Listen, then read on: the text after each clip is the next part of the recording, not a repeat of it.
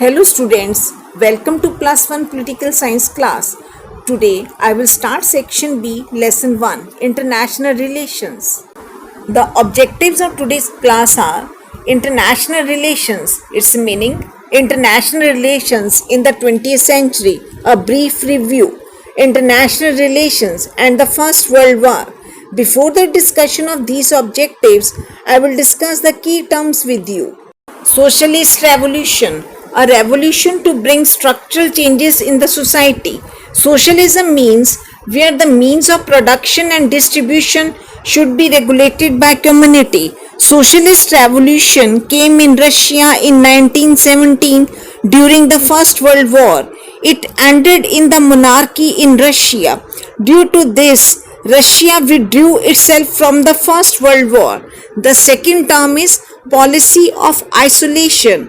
Isolationism refers to general attitude of non-interference with the other nations that may lead to war. This policy refers to decline to enter into alliances and international agreements, etc., by avoiding any involvement, like when Hitler was expanding his power to Europe, then USA followed this policy of isolation so that Germany may become a problem for Russia.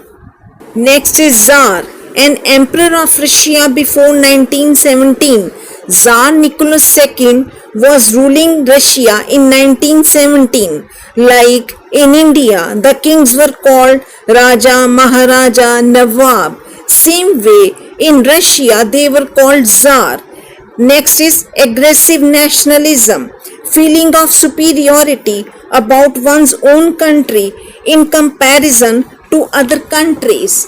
Next is Eurocentric, means focusing on European culture or history to the exclusion of the view of the world. Like during the First World War, it was Eurocentric because all the countries of Europe were involved in the war. It was only America which joined the war later in 1917. Otherwise, the war was Eurocentric. Next is Treaty of Versailles. Peace treaty signed in 1919 after the First World War. No doubt, it is called the peace treaty, but its terms were very harsh against loser nations like Germany. Later, it became the reason for the Second World War. It was signed at the Hall of Mirrors in the Palace of Versailles at Paris in France. So, it is called the Treaty of Versailles. Now, I will discuss today's topic, that is international relations. It covers your part B, pages from 3 to 6. First, I will discuss its meaning. That is, the study of international relations involves the study of relations and interactions among all the members of the world community. In this exercise, each nation formulates and uses its foreign policy with objective to govern its relations with other nations. The next topic is relations during 20th century.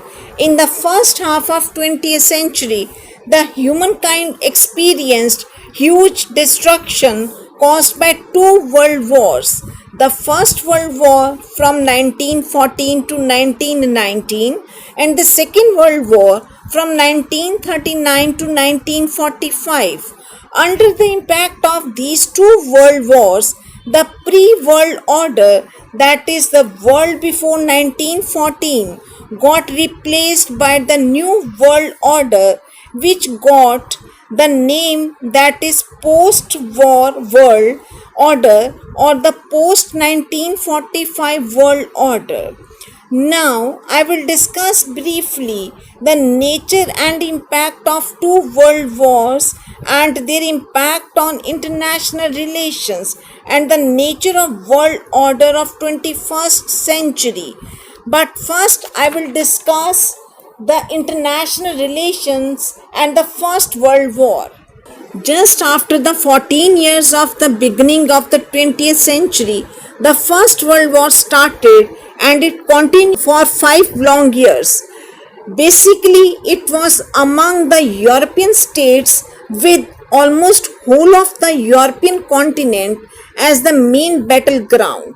It is called the World War because directly or indirectly the countries of Asia, Africa and Latin America were also involved. In this war, one side were the Germany, Turkey and Austria-Hungary called the Central Powers, and the other side were the Allies, and they were France, Britain, Italy and Russia. Both sides, many small countries were also part of it. But in 1917, during the war, Russia withdrew itself from the First World War because there was socialist revolution. This revolution was against their king Tsar Nicholas II. The revolution was under the leadership of Lenin and ended the tradition of Tsarist rule. Later it became the Communist Party of Soviet Union. Same year, one more change came in the world war scene, and that was the America joined the war. As America joined with fresh forces and resources, so this group won the war. But before war, USA was pursuing the policy of isolation and Russia continued to be weak state under the Tsars. All areas of pre-war international relations were dominated by European states, especially by Britain, France, Germany, Spain, Italy, Austria and Turkey. They used to maintain balance of power in international relations by means of war. There was no international organization for maintaining peace and security. In fact, aggressive nationalism was followed as the way of life. Under the policy of imperialism, the countries of Asia, Africa and Latin America were suppressed and exploited. The world order was Eurocentric and the European states were its dominant actors. The First World War ended with the peace treaty, that is Treaty of Versailles, and an international organization, that is League of Nations, was formed to maintain world peace. However, it proved to be a stillborn child. The world order created by the Treaty of Versailles collapsed within 20 years and the world faced another world war. Students, this finishes my today's topic, that is international relations in the 20th century. I will continue this topic next time. You will read pages from page number 3 to 6 and watch the video and do the snap homework question.